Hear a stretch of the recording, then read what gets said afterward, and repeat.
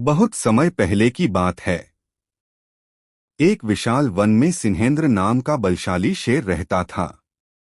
उसका नाम सुनकर ही सारे जीव कांप जाते थे। लेकिन सिन्हेंद्र केवल ताकतवर ही नहीं, बुद्धिमान भी था। वह बिना वजह किसी को नहीं मारता, लेकिन अपनी शक्ति का घमंड उसे धीरे धीरे कठोर और अकेला बना रहा था। गीदड़ की चालाकी। उसी जंगल में एक गीदड़ रहता था, जिसका नाम विकारी था। गीदड़ चालाक और लालची था। वह हमेशा दूसरों की मेहनत पर जीना चाहता था। एक दिन उसने सोचा, यदि मैं किसी तरह सिन्हेंद्र को अपनी बातों में फंसा लूं, तो मुझे रोज शिकार आसानी से मिल जाएगा। गीदड़ ने शेर के पास जाकर कहा, महाराज, आप तो इस वन के राजा हैं। लेकिन मैं देख रहा हूं कि छोटे छोटे जानवर आपकी बातों का मान नहीं रखते। क्यों न आप मुझे अपना मंत्री बना लें? मैं सबको आपके अधीन कर दूंगा। सिन्हेंद्र को गीदड़ की बात पसंद आई। उसने उसे मंत्री बना लिया।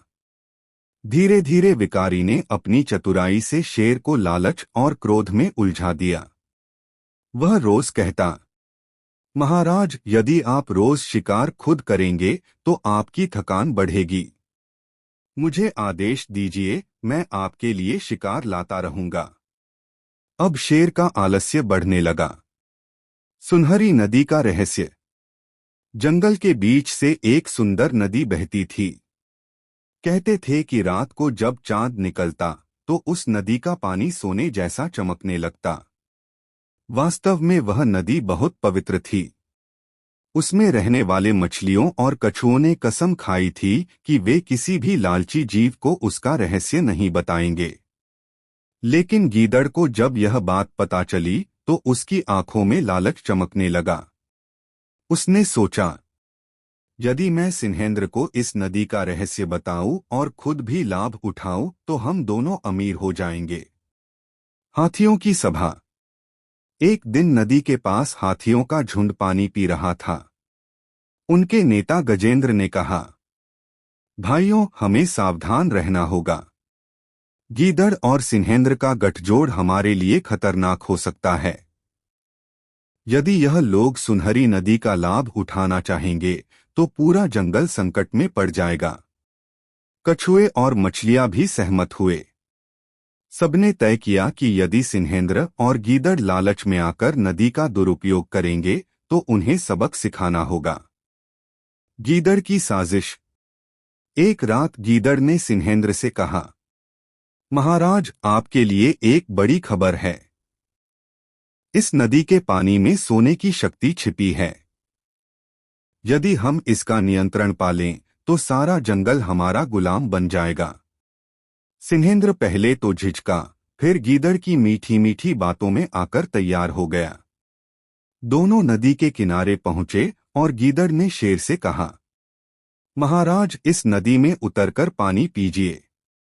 देखते हैं आपको कैसी शक्ति मिलती है। रहस्यमय अनुभव। जैसे ही सिन्हेंद्र ने नदी का पानी पिया, उसके शरीर में अद्भुत ऊर्जा भर गई। उसकी दहाड़ पहले से 100 गुना शक्तिशाली हो गई। सारे जानवर डर से कांप उठे। गीदड़ खुशी से उछल पड़ा। अब शेर ने और पानी पीना शुरू किया। लेकिन धीरे धीरे नदी का जादू उल्टा असर करने लगा। सिन्हेंद्र का मन अशांत होने लगा। उसे गुस्सा आने लगा। वह बिना वजह जानवरों पर हमला करने लगा। गीदड़ ने सोचा, यह तो अच्छा है। अब सिन्हेंद्र और ज्यादा मेरे कहने पर निर्भर हो जाएगा। गरुड़ का आगमन। जंगल के ऊपर से उड़ रहे एक वृद्ध गरुड़ पक्षी ने यह सब देखा। वह नदी के पास आया और शेर से बोला, हे सिन्हेंद्र, तुम जंगल के राजा हो, लेकिन शक्ति का गलत उपयोग विनाश लाता है। तुम इस लालच में आकर अपनी बुद्धि खो बैठे हो। गीदड़ तुम्हारा मित्र नहीं बल्कि शत्रु है। सिन्हेंद्र ने पहले तो ध्यान नहीं दिया, लेकिन गरुड़ की आंखों में सच्चाई देखकर वह सोच में पड़ गया। सिंह और गीदड़ का टकराव। अगले दिन गीदड़ ने फिर शेर को बहकाया। महाराज, क्यों न हम हाथियों को मारकर उनके दांत से सोना बनाएं और नदी पर कब्जा कर लें। अब सिन्हेंद्र को गरुड़ की बात याद आई। उसने सोचा, यह गीदड़ सचमुच लालची है। मैं उसकी चालाकी का शिकार हो रहा हूं।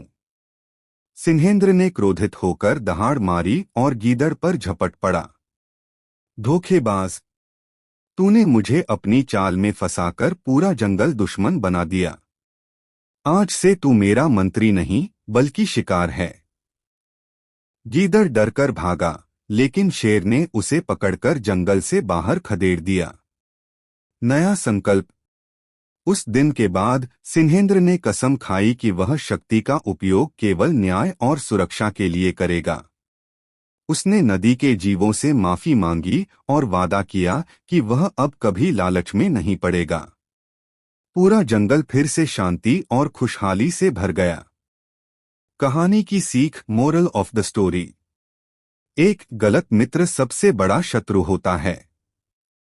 2 लालच से प्राप्त शक्ति अंत में विनाश लाती है। 3 सच्चा नेता वही है जो अपने प्रजा की भलाई सोचे। 4 बुद्धिमान की बात समय रहते मानना चाहिए। Please like, share and subscribe our YouTube channel.